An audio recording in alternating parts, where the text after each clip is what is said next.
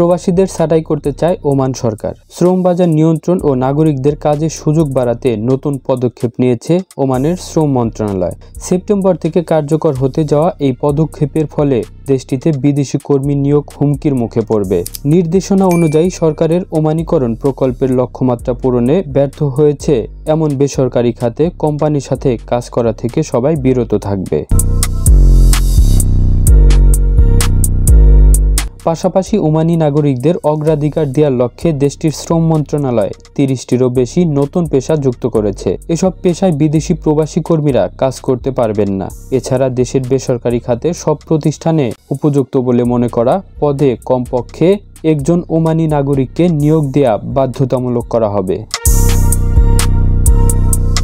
এমনকি এই ওমানীকরণ কোটা মানা হচ্ছে কিনা তা যাচাই বাছাই করে শ্রম মন্ত্রণালয়ের কাছ থেকে ইলেকট্রনিক প্রশংসাপত্র নিতে হবে।